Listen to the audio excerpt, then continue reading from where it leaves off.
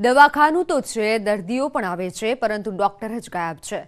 જામનગરના પીએચસી સેન્ટરની આ હાલત છે।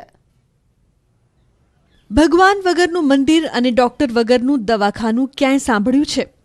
કદાચ નહીં સાંભળ્યું હોય, પરંતુ ડોક્ટર વગરનું દવાખાનું જોવા મળ્યું જામનગરમાં। જાણીને નવાઈ લાગશે કે ગ્રામ્ય વિસ્તારમાં દવાખાનું તો છે, પરંતુ ડોક્ટર જ નથી। રાજ્ય સરકારે ગ્રામ્ય વિસ્તારમાં પીએચસી સેન્ટર તો શરૂ કરી દીધા, પરંતુ ડોક્ટર મૂકવાનું ભૂલી ગયા। અમારી ટીમ જ્યારે જામનગરમાં જોડિયા પંથકમાં આવેલ હડિયાણા ગામે પહોંચી તો 12 ગામો વચ્ચે આવેલા પીએચસી સેન્ટરમાં medical officer, Ayush medical officer સહિત 4 જગ્યાઓ ખાલીખમ હતી। અહીં દર્દીઓ તો જોવા મળ્યા, પરંતુ ડોક્ટર ન હોવાથી તેઓ અને તેઓના પરિવારજનો રઝળપાટ કરી રહ્યા છે। આરોગ્ય સેન્ટરમાં ડોક્ટર તો નથી, પરંતુ ઇમરજન્સી સારવાર માટે ઉપલબ્ધ કરવામાં આવેલી એમ્બ્યુલન્સ પણ બંધ હાલતમાં છે।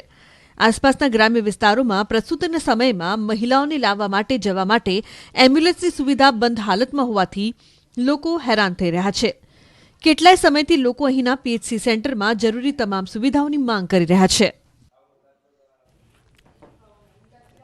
છોટાઉદેપુરમાં જીવ બચાવતી એમ્બ્યુલન્સની જ ખસ્તા હાલત, જેમાં બેસતા દર્દીઓ પણ ડરી રહ્યા છે।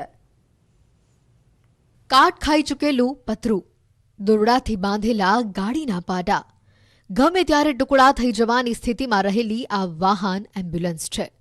છોટાઉદેપુર જિલ્લાના નસવાડીમાં સેંગપુર પ્રાથમિક આરોગ્ય કેન્દ્રમાં આ એમ્બ્યુલન્સ ફાળવવામાં આવે છે। બીમાર દર્દીઓને હોસ્પિટલ ખસેડવા ઉપયોગમાં લેવાતી આ એમ્બ્યુલન્સ જ મરણ પથારીએ જોવા મળી રહી છે। ખખડધજ અને કંડમ હાલતમાં દેખાતી આ એમ્બ્યુલન્સ હાલ ગઢબોરિયાદ સામૂહિક આરોગ્ય કેન્દ્રમાં છે। અન્ય કોઈ વાહન આરોગ્ય કેન્દ્ર પાસે ન હોવાથી કાયમી ધોરણે ઉપયોગમાં લેવાઈ રહી છે, અને જેના કારણે જીવનું જોખમ ધરાવતા દર્દીઓ પર વધુ એક જોખમ લદાય છે। એમ્બ્યુલન્સના કારણે કોઈપણ સમયે ગંભીર અકસ્માત થવાની શક્યતા રહેલી છે। દર્દી અને તેમના સગા પણ મુકેશ અંબાણીની આગેવાની હેઠળની દેશની સૌથી મોટી કંપની રિલાયન્સ ઇન્ડસ્ટ્રીએ ડિસેમ્બર ત્રિમાસિકનું પરિણામ જાહેર કર્યું છે। કંપનીએ ઓક્ટોબરથી ડિસેમ્બર 2022 દરમિયાન કંપનીનો નફો ગત વર્ષની તુલનાએ 14.8% ઘટ્યો છે।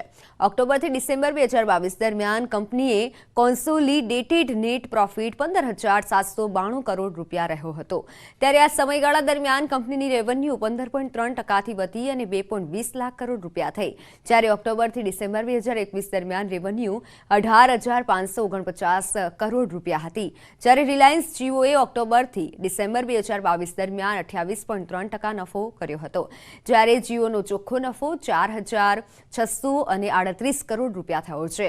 જીઓના ઉપયોગકર્તાઓ પણ વધ્યા છે। ગત વર્ષની તુલનાએ 70 લાખ ઉપયોગકર્તાઓ વધ્યા છે।